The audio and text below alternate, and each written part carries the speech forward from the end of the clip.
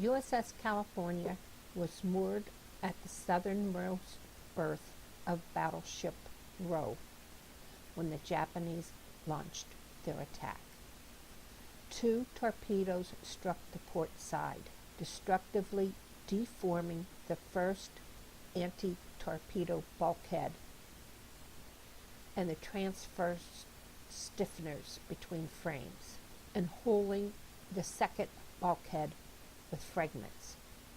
Watertight integrity had been impaired by preparations for a material inspection, and the ship suffered extensive flooding damage when it was hit.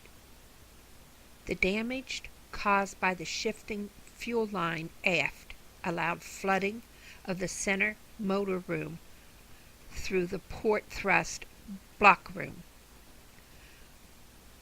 A bomb entering the starboard upper deck passed through the main deck and exploded on the armored second deck, setting off an anti-aircraft ammunition magazine and killing about 50 men.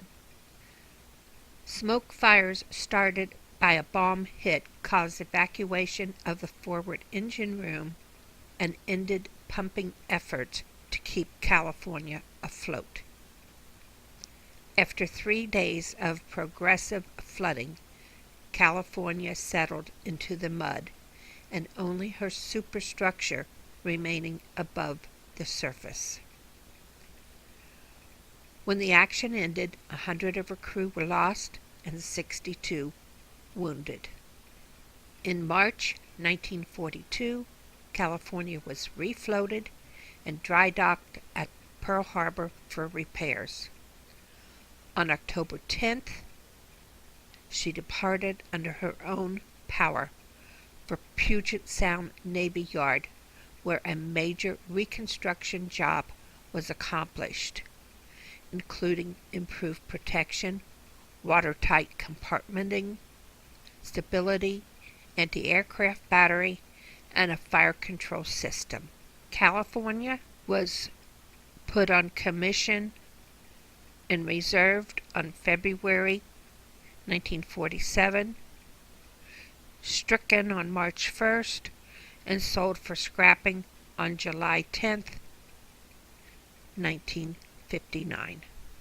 At the time of the attack on Pearl Harbor, the Pennsylvania was in dry dock.